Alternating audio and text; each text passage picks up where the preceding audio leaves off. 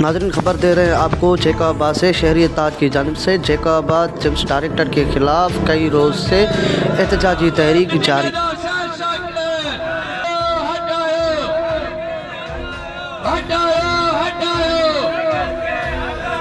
हिते जैकबाबाद सां जेके भी सियासी समाजी मज़हबी जेके तंज़ीमूं आहिनि तालुक़ रखंदियूं, उहो जेके आहिनि सराबा एहतजाज आहिनि। तव्हां जेका ॻाल्हि कयो था त सिंध सरकार पारां या हेल्थ डिपार्टमेंट पारां को नोटिस, असांजे इल्म में अहिड़े क़िस्म जी का ॻाल्हि न आहे। असांजो एहतजाज जेको आहे हिकिड़ो जेको असांजो क़ानूनी असांजो आइनी असांखे मुल्क हक़ ॾिनो आहे, छाकाणि जो असांजो जेको मुल्क जेको आहे उहो जेको आहे डेमोक्रेटिक मुल्क आहे। असां उन मुल्क में रहूं था।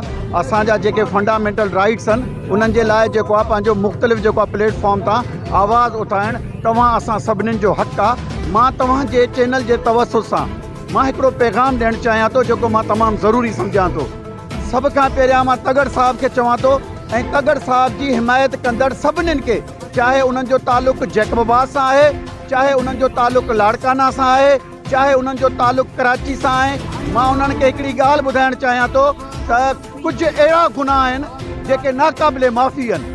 ज़कात जो पैसो असां कॾहिं न ॾिठोसीं त उहो घर आबाद रहियो, उहो ख़ानदान आबाद रहियो। मुंहिंजे तरफ़ां असां 8 ॾींहं जो एहतजाज कयूं था।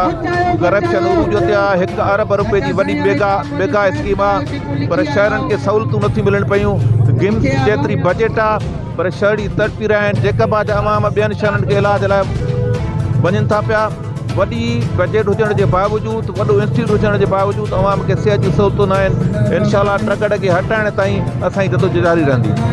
जैकबाबाद तरफ़ां हिकिड़ी तहरीक हली रही आहे। हिकिड़ो एहतजाज न बल्कि हिकिड़ी असांजी तहरीक आहे।